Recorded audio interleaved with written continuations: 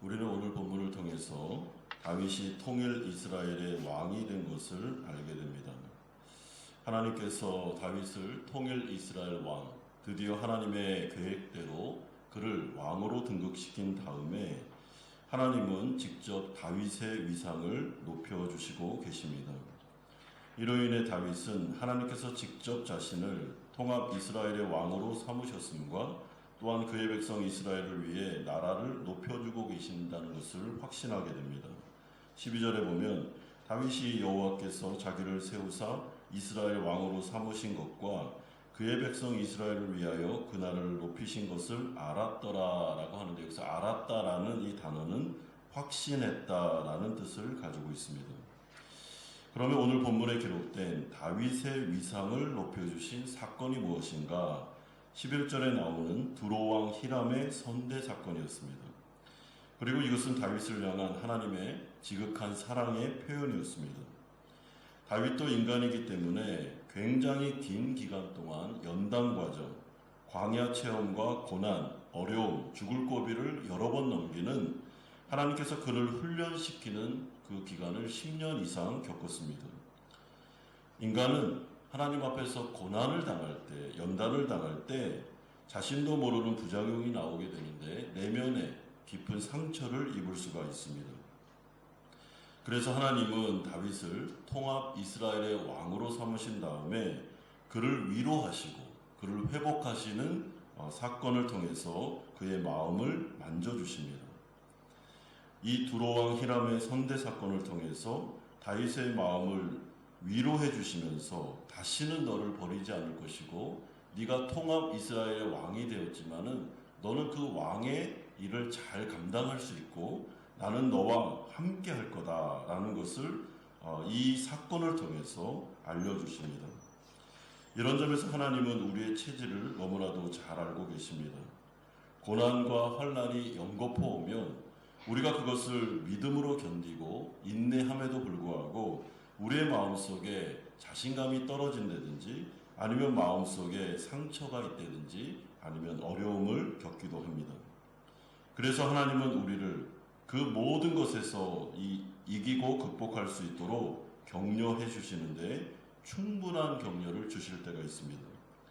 때로는 물질적으로 채워주시기도 하고 높은 지위로 위상을 높여주시기도 하고 자녀들의 문제가 잘 되는 일을 또한 이 세상의 복을 주심으로 말미암아 하나님께서 나만 알 수 있는 기적적인 방법으로 우리를 도와주시고 자신의 사랑을 표현해 주실 때가 있습니다. 그러므로 13절에서 16절에 가보면 하나님은 이 두로왕 히람의 선대 사건 이후에 다윗의 자녀들에게 그들의 출생을 통해서 이 가문에 복을 주시는 내용을 또한 보게 됩니다. 그러니 하나님이 얼마나 섬세하십니까? 하나님은 우리를 연단시키고 변화시키기 위해 때로는 고난을 허락하실 때도 있지만 그 고난을 잘 견디고 나면 그때 하나님께서 복을 몇 배로 부어주심으로 우리의 마음을 위로해 주시고 걱정하지 마라 내가 너와 함께한다. 너를 연단시킨 거지 너를 버리려고 한 것이 아니고 너를 통합 이스라엘의 왕으로 내가 삼아서 너를 하나님 나라에 요긴하게 사용하려고 이렇게 한 것이지 다른 의도가 없었다라고 하면서 하나님이 세상적인 복도 허락하실 때가 있습니다.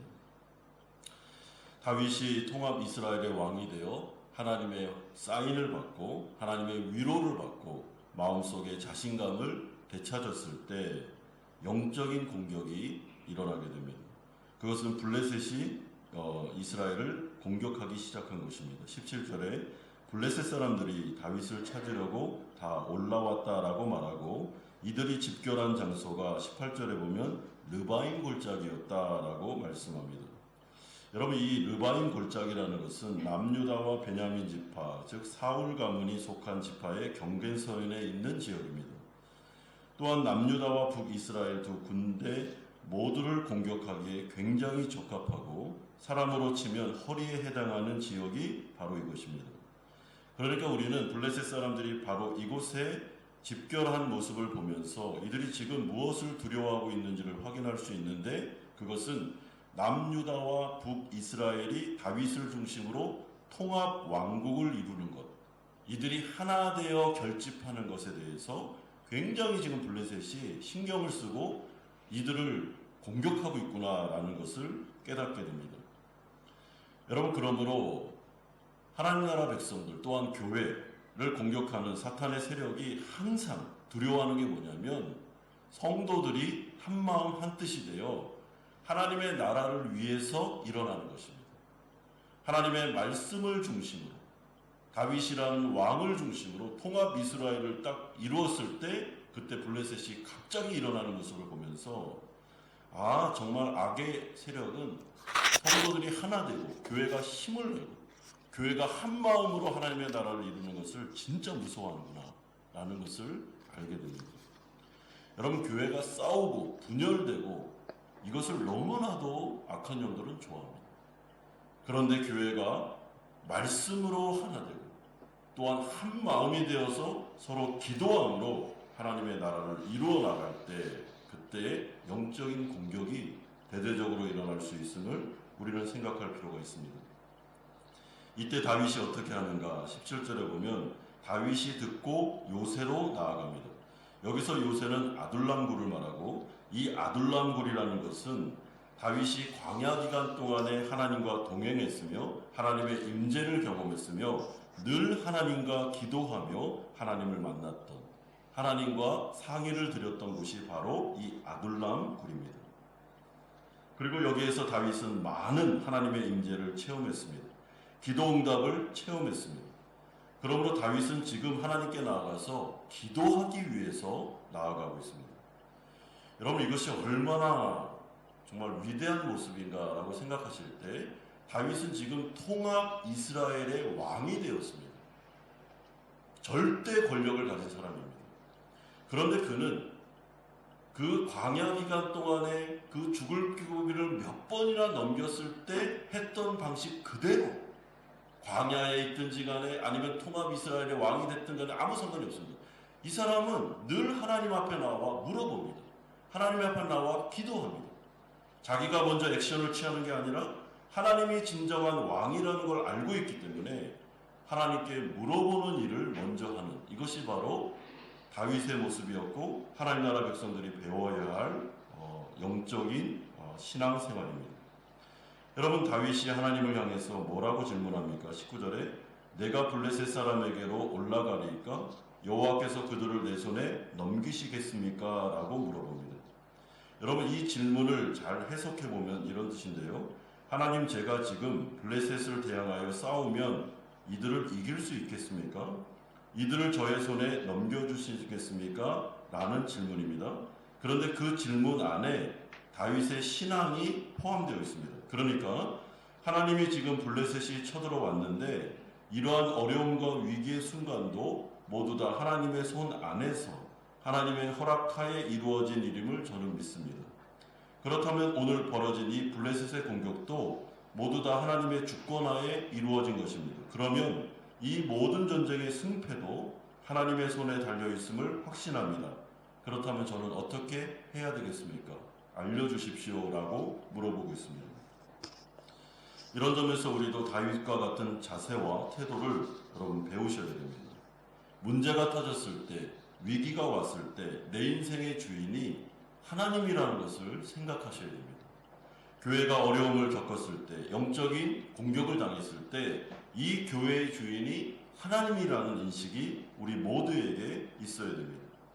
그러므로 우리가 아둘람굴에서 광야 기간 동안에 고난 중에 절대적으로 하나님을 의지하며 그분께 기도로 매달렸던 그 시간, 그 방법을 기억하면서 어려움이 왔을 때는 거의 무반사적으로 하나님께 나아가 엎드려야 됩니다. 하나님께 나아가 기도해야 됩니다. 그리고 물어봐야죠. 여러분, 연단을 잘 받고 훈련을 잘 받은 고난을 통과한 하나님 나라 백성들은 어려움이 오거나 위기가 오면 기도처부터 찾습니다. 그리고 딱 무릎을 꿇습니다. 하나님께 나아가 물어봅니다.